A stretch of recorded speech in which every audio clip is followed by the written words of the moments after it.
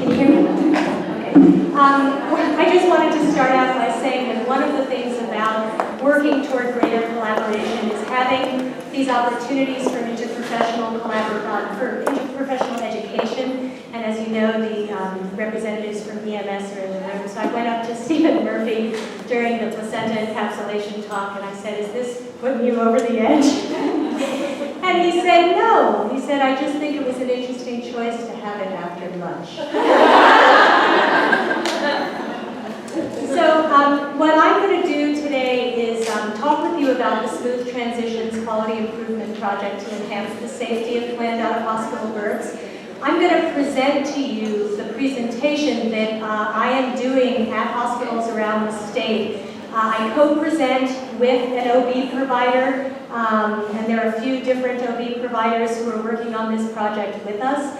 So I'm going to move through some of the slides pretty quickly because it's information that you guys don't need, like, you know, what kinds of equipment licensed midwives carry and what kinds of medications we could administer and all that stuff. So here we go. So we typically start the presentation by disclosing that we have no conflicts of interest. And actually what we like to tell people is that what we have is a convergence of interests, right? That what we are doing is really trying to create a sense of shared responsibility amongst all the providers who are taking care of women and babies in this state.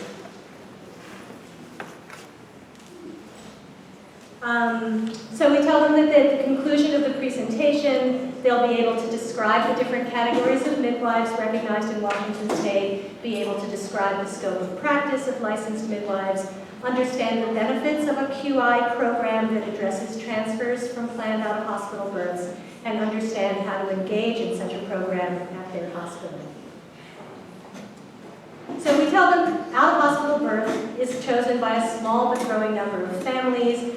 Physician and hospital services will be needed by a percentage of those folks who choose that, and that there is, historically, there's been a lack of systemic supports for smooth transfer of care. And what we try to impress upon them is it's not really about how you feel about home birth. You don't have to like it, you don't have to support it, but there is an ethical responsibility to take care of these patients once they come to you. And there's this wonderful quote that I like to tell people from an OB, I think she's an OB labor and delivery, she's a labor and delivery nurse down in Oregon. She said, you know, we take care of all kinds of people who do things that we don't think are great ideas. They smoke, they drink, they do drugs, they eat poorly, right? We don't tell them they can't deliver at our hospital. Right? So some of you may have the same reaction that I did when I first read this. I was like, you're equating home birth with people who engage in these really unhealthy behaviors. Like, that's not cool. But it really, just so you know, it really resonates with hospital-based providers when they hear this, because it's really an aha for them. So I want to put this, this work in the national context in which it's occurring. The Association of, oh boy, what does AWON stand for? Women's Health, Obstetrical and Neonatal Nurses has a position statement on midwifery, and the part that I want to highlight is they say effective communication between all types of healthcare professionals is essential to provide safe and effective care of women and newborns, and is especially critical when the patient's care occurs in more than one care setting. How many of you have seen the more recent ACOG position on home birth? Position statement on home birth. Okay, so it was published in 2011 and then reaffirmed in 2013. And just so that you know, it really is quite an improvement on previous versions. They're still not saying they think home birth is a great idea, but they are saying that the Committee on Obstetric Practice believes that hospitals and birthing centers are the safest setting for birth, but it respects the right of women to make a medically informed decision about delivery, and then points out that ready access to consultation and assurance of safe and timely transport to nearby hospitals are critical to reducing perinatal mortality rates and achieving favorable home birth outcomes. So one of the things that we encourage when we do these presentations is for folks to begin to speculate on how ACOG's long-standing opposition to home birth actually contributed to making it less safe, because it increased hostility of providers and anxiety and raised their concerns about what their own liability might be. And at the Home Birth Summit, which I'm going to get to next, the first Home Birth Summit, which occurred in Warrenton, Virginia in 2011, brought together stakeholders from all sides of the maternity care system. So there were about 70 of us, OBs, midwives, nurses, pediatricians, researchers, consumers, policymakers, liability carriers, and we had the topic was home birth, addressing shared responsibility. And one of the most powerful moments in that 3-day gathering was when we did an exercise called Prouds and Sorries, and we were in our different stakeholder groups, and the OBs presented their sorry as, we are sorry that our long-standing opposition to home birth has made it less safe. It totally cracked open the conversation, I will tell you. So this is the group from the original Home Birth Summit. And even though we were all there as individuals, there were representatives from, people who were involved in ACOG and the ACNM and AWAN and the National Association of Certified Professional Midwives and NANA. So it was a really great multidisciplinary group. So out of the Home Birth Summit, there were 9 different consensus statements that came out, and the work group that I was involved in was the collaboration work group. We've been meeting since that first Home Birth Summit. We've been meeting by phone once a month on Sunday night. But we've accomplished a lot. So we came out with these best practice guidelines for transfer from planned home birth to hospital. These guidelines are in your packet, so you guys have them. They're also on the website for the Home Birth Summit. And we're going to be talking about the guidelines a little bit more in the presentation. So this just gives a little bit of the landscape. In 2013, 97.2% of the births in Washington were happening in hospitals, 1.3% in birth centers, and 2.0% at home. So we are now over 3.3%, 3.2% attended by LM. So then there's a percentage that are unassisted. What's that other? So other, good question. So other could be a birth attended by an unlicensed midwife. It could be an planned unassisted birth by family members or friends. It could be a birth that occurred en route to the hospital. Baby was caught by a nurse or a hospital administrator.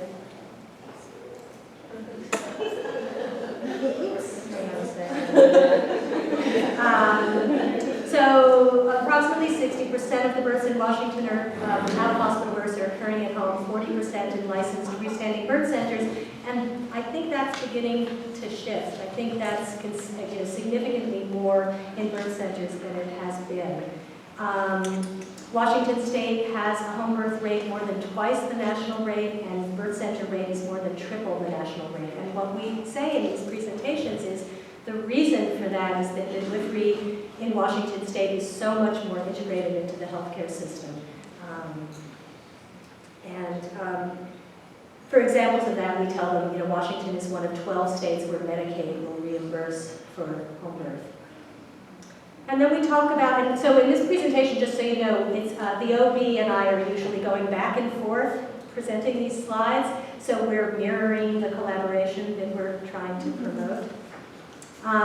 We mentioned that there are 3 different types of midwives in Washington State: lay midwives, certified nurse midwives, and licensed midwives, and that we're going to be focusing primarily on licensed midwives during the presentation.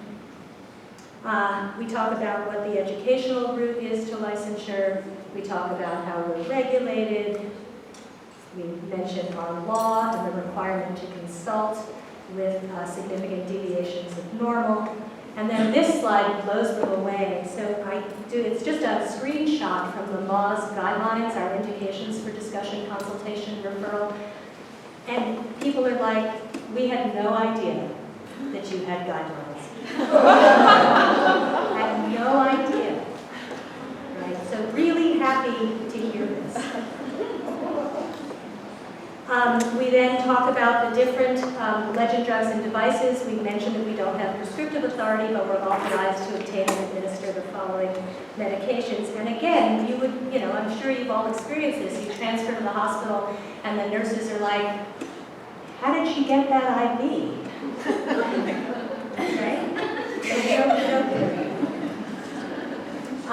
So also able to use emergency medications pending transport. They were trained in neonatal resuscitation and CPR and required to renew every 2 years, and that we carry oxygen with us, and many of us have laryngeal mask airways and pulse oximeters. We mentioned that we're contracted with a variety of health insurance plans, including Medicaid, and then we talk about liability coverage. Again, they don't have a clue that liability coverage is available, and that the majority of licensed midwives in the state, 83 of the 120 LMs, have liability coverage through the JUA, and now Southern Cross is insuring midwives in Washington State as well, and I was unable, I spoke with Ann Geisler but couldn't get a number for her, but the number is growing for people who have liability insurance through Southern Cross. And then all 16 of the licensed freestanding birth centers have JUA, all but one have coverage through the JUA. So then I get to brag about MAs, and we talk about that we establish standards of practice and provide continuing education and advocacy and legislative support. Of the 120 licensed midwives in the state, 82 are professional MAS members, and some of you may be like, what about the other 38? Yeah. And I sometimes have that reaction too, but I have to say that for a professional association to have that percentage of its practitioners, members of the professional association, is actually very high. And then I talk about the quality management program with our state-protected confidential peer review and incident review. I mentioned that we are required to self-report sentinel events, and I tell them what those are, and then also anybody can submit a report, so the patient, family members, other healthcare providers, and that if the complaint meets threshold criteria, then it will trigger an incident review. So this is actually information, I need to update this. This was from the Manistats study that was published back in 2005, and now most of you know in 2014 there was an updated version. It's not that different in terms of all these different rates, but again, you're kind of surprised to hear that 96.5% of the transfers are non-urgent. And that the majority are, or that more than half, are for prolonged labor, pain relief, or exhaustion. So this data really belies the perception that the majority of hospital transfers are emergent. And I think Alyssa and Lisa did a really good job of presenting how one really traumatic transfer can really stick in people's minds and then have a profound effect on how they accept those transfers in the future. A small percentage, 1.3% of mothers transferred immediately postpartum, primarily for hemorrhage and retained placenta, and then less than 1% of newborns transferred after birth, primarily for respiratory problems. So historically, everybody knows, intrapartum hospital transfers have not always gone well, and there are some places in the state where transfers seem to be smoother than others, and those places have a lot to teach the places where it's not going as smoothly. But one thing that I've been really trying to get across in these presentations is that I see this project as much about educating our community about how to make transfers go more smoothly as I do about that it's about educating hospital personnel.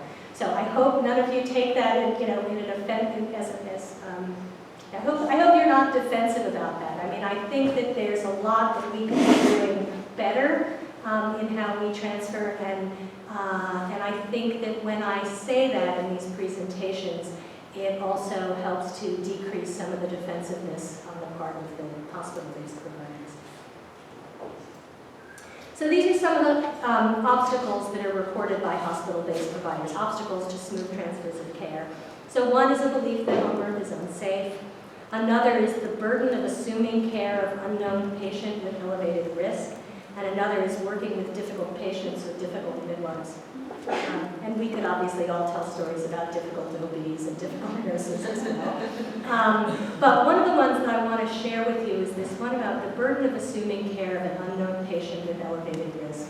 So I had a real aha moment when I first started doing this work back in 2005 with the MDLM work group. I had a patient, I don't know if I've told this story in this public forum before, but I had a patient who chose to have an unassisted birth without telling me. And she paged me a few hours after the baby was born, and the baby had a fever, and she hadn't done GBS testing. And I was like, you need to bring the baby into the hospital. And she's like, really? Can I just wait and see if it comes down? And I was like, no, and I explained why, and I said, look, if the only way that I can get you to go to the hospital with your baby is by going with you, I'll go with you. So I'm driving to the hospital with my windows rolled up, and I'm cursing at the top of my lungs, like, I can't believe she went and did this effing irresponsible thing, and now she wants me to pick up the pieces, and I was like, oh my God, that's exactly how OBs feel about our home birth transfers. Like, it was such a moment of sort of revelation for me about what it feels like to be on the receiving end of a situation not of your own making. And being able to share that story with folks on the physician midwife work group, again, it kind of cracks open this conversation when you realize they're people, we're people, right? There are people on both ends of this transfer situation, and so trying to approach it from that perspective, I think, really helps us approach it with greater compassion and a greater desire for communication. So obstacles reported by midwives, one is a lack of awareness amongst hospital-based providers of the safety research on out-of-hospital birth, and we do provide them with that. Another is that midwives engage in a process of co-negotiated assessment of risk with our clients, and that's not really a concept that's well understood in the medical community. So, we might say to our client, okay, your membranes have been ruptured for 48 hours, and we're not really getting labor going here, and it's kind of time for us to go. And she says, well, I've actually read the research that says that, if nobody's doing a vaginal exam for 72 hours, my risk of infection is really low. And she's coming back at you with all this information of her own, and she's saying, I want to stay home for a little bit longer, right? And so then you sometimes end up in this situation where you are respecting the woman's autonomy and her right to self-determination. And then if you end up transferring at 72 hours, you've got a situation where, as the midwife, you're getting blamed for not forcing, your recommendations down your patient's throat. And then finally, feeling judged by the exception rather than the rule. And I explain this in two ways to them. One is, as I say, you do realize that what you guys are seeing is the exception, right? I mean, most planned home and birth center births occur at home or in birth centers, right? So you're seeing the exceptions, number one. And then, of course, this notion that, you as a midwife might get judged by the actions of another midwife in the community, or one particularly, traumatic outcome, and then after that, everything is tainted. So these recommendations basically come straight out of the best, come straight out of the best practice guidelines. And so the model practices for the midwife, I'm not going to read these because, as I said, you have them in your packet, but they involve preparing clients prenatally for the possibility of a transfer and charting what your plan is. That you continually assess, the status of the mom and the fetus and the newborn throughout the maternity care cycle. That you notify the receiving hospital about an incoming transfer and the reason, and having tools in place to be able to do that efficiently. That you continue to provide care, urgent care, en route in coordination with emergency services personnel, and that you continue to provide for the psychosocial needs of the mom. Additional practices that you do a verbal handoff, that you provide records, that you can continue in a primary role as appropriate to your scope. So if you're a CNM and you have hospital privileges, you might be able to continue if the situation is you're there for augmentation and pain relief. Otherwise, the midwife transfers clinical responsibility to the hospital provider. That you promote good communication by ensuring that the woman understands the hospital provider's plan of care and that the hospital understands what the preferences of the client are. And then if the woman chooses, the midwife can remain to provide continuity. So then we move on to talk about model practices for the hospital. Can you guys read this? So I tell them this is not a model practice. So model practices for the hospital are that hospital providers and staff are sensitive to the psychosocial needs of the woman, recognizing that when there's a change of birth setting, it's traumatic and difficult. That they communicate directly with the midwife to obtain clinical information, not just talking directly to the patient. We say that timely access to care is really important, so ideally bypassing the emergency department and going straight to L&D or to the special care nursery or NICU. That mom and baby are kept together when at all possible. That hospital providers and staff engage in shared decision-making with patients to create an ongoing plan of care that incorporates her values and beliefs. That the midwife can be, that the hospital accommodates the midwife being present, that follow-up is coordinated so that, when people return to the midwife's care, they get records from the hospital as appropriate. So I'm going to run through this part really quickly because I don't have a lot of time, but this is some of the history, and then just describing smooth transitions. So what we're asking hospitals to do is to agree to set up a perinatal transfer committee, and that this committee would develop specific protocols for that hospital of how they want to see those transfers come in, who midwives should call, what kinds of records they want them to bring. On the perinatal transfer committee, we have encouraged them to include the local midwives. One of the interesting things that came up was a question of what about the unlicensed midwives? And I said to them, same issue.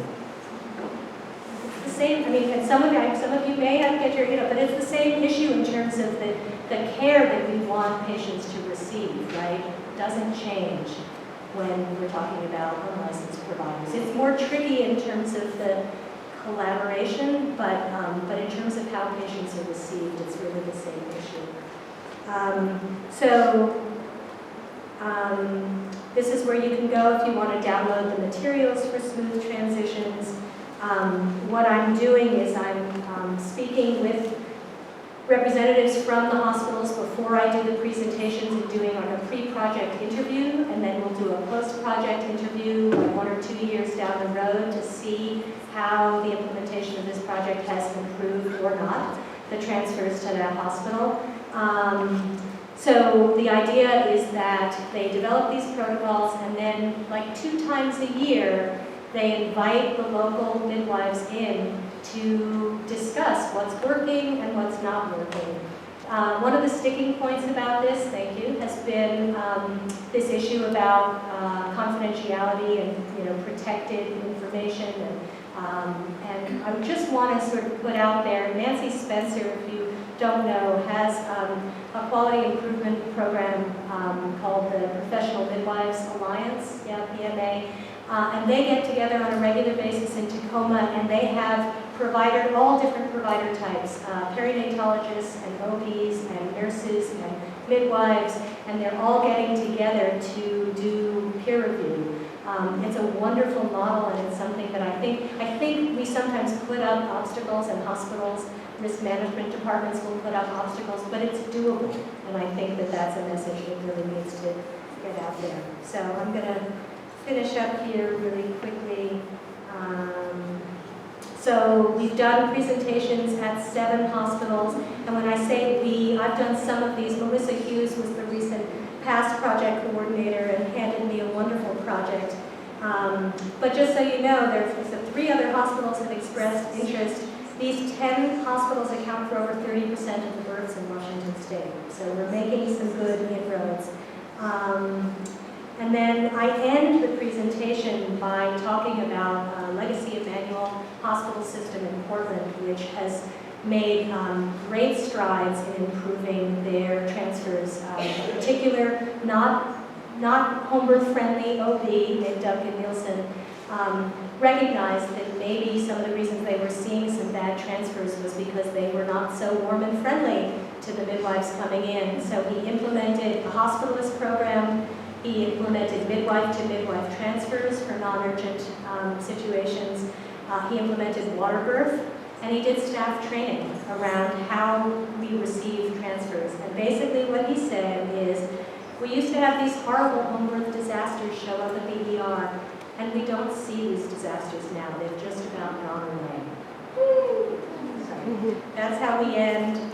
And we are also, just so you know, I'm really committed when I go and do these presentations to also meeting with the local midwives in the community and finding out your perspective on how the transfers are going. So the pre-project interview also happens with the local midwives, and then we'll be coming back in a year or two and reevaluating and seeing how those are going. So thanks for listening.